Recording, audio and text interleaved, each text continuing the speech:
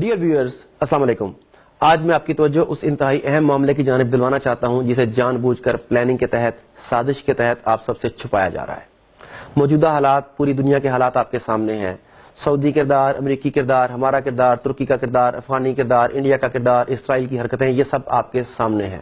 ہم میں سے کچھ لوگ سمجھتے ہیں کہ یہ وسائل کی جنگ ہے، کچھ لوگ سمجھتے ہیں کہ یہ صلیبی جنگ ہے، کچھ لوگ سمجھتے ہیں کہ یہ ہندو ہمارے مخالف ہیں اس لیے معاملات ہو رہے ہیں، کچھ اپنے لیڈران کو برا بھلا کہتے ہیں۔ یہ سب معاملات آپ کے سامنے ہیں اور شاید کسی حد تک یہ سبھی ٹھیک بھی ہیں، مگر ایک بات جو ہم سب سے چھپائی جا رہی ہے وہ یہ ہے کہ 1923 میں پہلی جنگ عظیم کے بعد اتحادی قوتوں نے خلافت عثمانیہ کے ساتھ جبرن ایک معاہدہ کیا۔ اس وقت ترکی کے خلیفہ کا نام سلطان سادس وحید الدین تھا۔ اتحادی فوجیں جس میں فرانس تھا، جرمنی تھا، برطانیہ تھا، ان سب نے مل کر زبردستی ایک معاہدہ کیا 1923 میں، جس کی مدت 100 سال کی تھی۔ اس معاہدے کے تحت سلطان کی تمام ذاتی املاک ضبط کر لی گئیں۔ خلافت عثمانیہ جو 3 براعظموں پر پھیلی ہوئی تھی اس کا خاتمہ کر دیا گیا اور اس خاتمے کے نتیجے میں نئے 40 ملک وجود میں آئے۔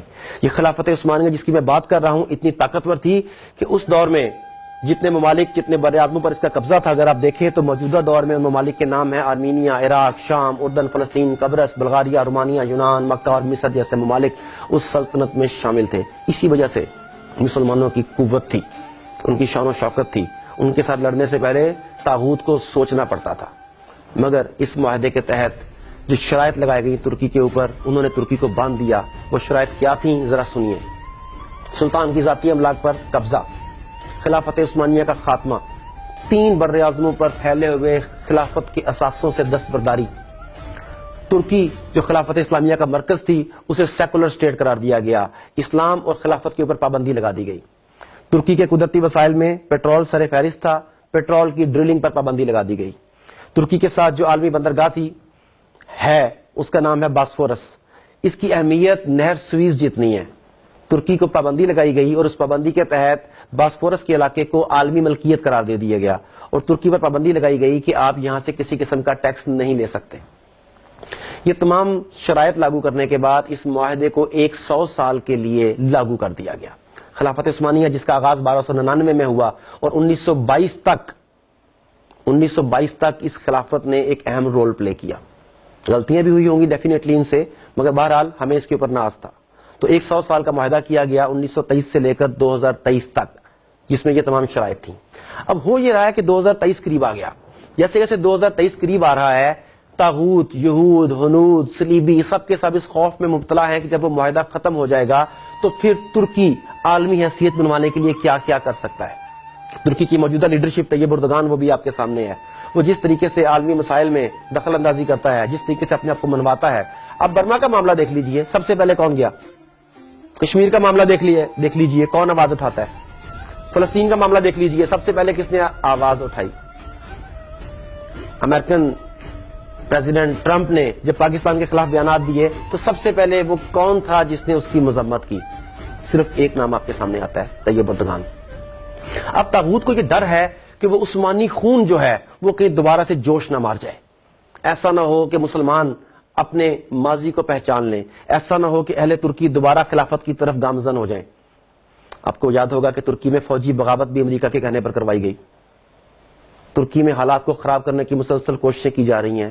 یہ سب کچھ اس لیے ہے کہ وہ لوگ ڈرے ہوئے ہیں کہ مسلمان کہیں دوبارہ سے اکٹھے نہ ہو جائیں۔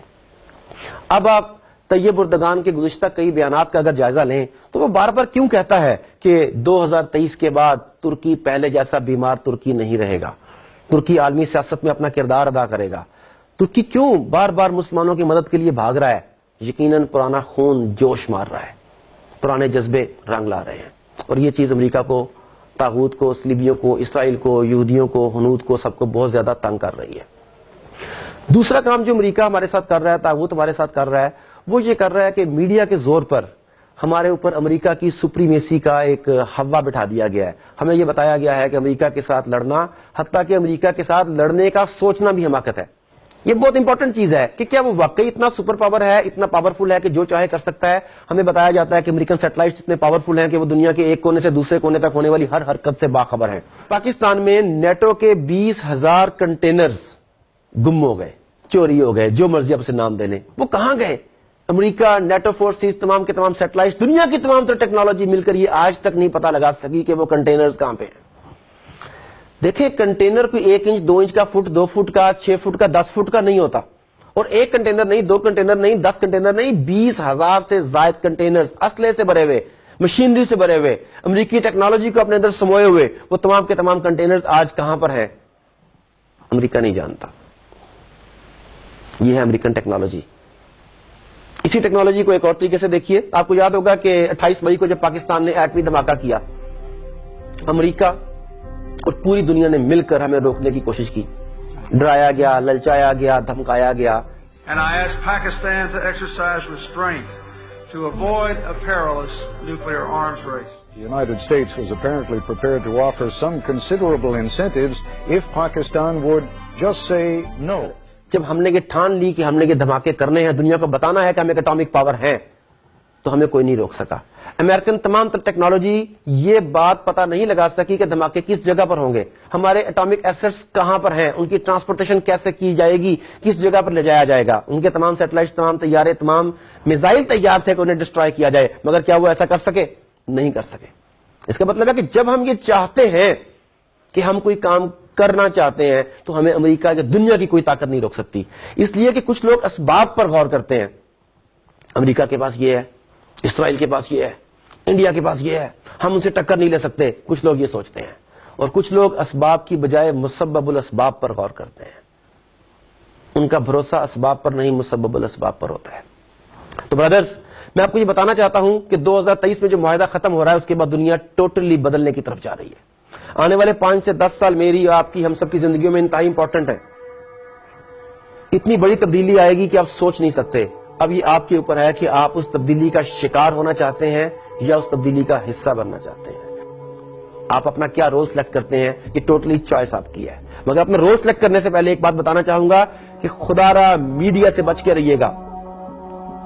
حالانکہ میں بھی آپ سے جس چینل سے مخاطب ہوں، یہ بھی ایک میڈیا ہی ہے، مگر کتنے لوگ آپ کو حقیقت بتاتے ہیں اور کتنے لوگ گمراہ کرتے ہیں، یہ آپ اندازہ کر سکتے ہیں۔ میں ایک چھوٹی سی بات شیئر کرنا چاہتا ہوں کہ اس وقت دنیا میں جتنا بھی میڈیا ہے اس کا 97% جی اس کے پاس ہے۔ ریسنٹلی میں اولیاء مقبول جان صاحب کا ایک لیکچر سن رہا تھا، اس میں انہوں نے بڑی مزیدار بات بتائی، اور جب میں نے اس پہ تحقیق کی تو میں ہکا بکا رہ گیا کہ بہت حد تک وہ بالکل ٹھیک فرما رہے تھے۔ وہ بتاتے ہیں کہ دنیا میں 3 ایسی کمپنیاں ہیں جن کے پاس 97% میڈیا کا شیئر ہے۔ ان میں سے ایک والٹ ڈزنی ہے جس کے پاس پوری دنیا کے میڈیا کا 37% ہے، اور والٹ ڈزنی کے بورڈ آف ڈائریکٹرز کے تمام ممبرز جو ہیں تمام کے تمام جیوز ہیں۔ دوسری کمپنی روپر مرڈاک، تیسری ٹیری ٹرنرز، اور یہ تمام کے تمام یہودی لوگ ہیں۔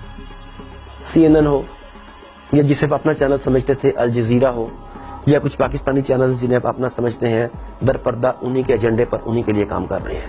یہ آپ کے ذہنوں کو میڈیا کے ذریعے تسخیر کر رہے ہیں۔